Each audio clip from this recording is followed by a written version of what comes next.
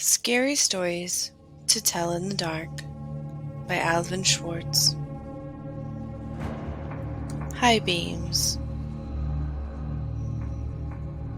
The girl driving the old blue sedan was a senior at the high school. She lived on a farm about 8 miles away and used the car to drive back and forth. She had driven into town that night to see a basketball game. Now she was on her way home. As she pulled away from the school, she noticed a red pickup truck follow her out of the parking lot. A few minutes later, the truck was still behind her. I guess we're going in the same direction, she thought. She began to watch the truck in her mirror. When she changed her speed, the driver of the truck changed his speed.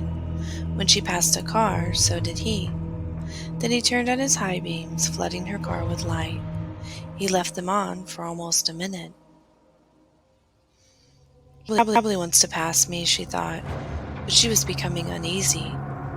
Usually she drove home over a back road. Not too many people went that way, but when she turned onto that road, so did the truck. I've got to get away from him, she thought. She began to drive faster.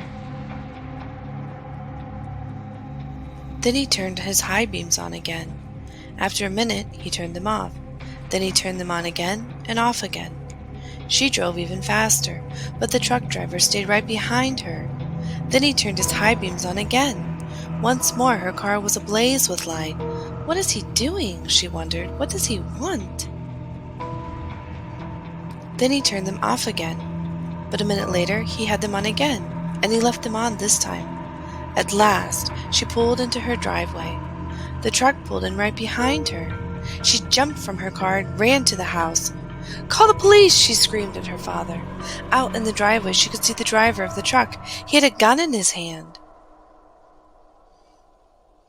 When the police arrived, they started to arrest him, but he pointed to the girl's car. "You don't want me," he said. "You want him." Crouched behind the driver's seat, there was a man with a knife. As the driver of the truck explained it, the man slipped into the girl's car just before she left the school. He saw it happen, but there was no way he could stop it. He thought about getting the police, but he was afraid to leave her. So he followed her car. Each time the man in the back seat reached up to overpower the girl, the driver of the truck turned on his high beams. Then the man dropped down, afraid that someone might see him.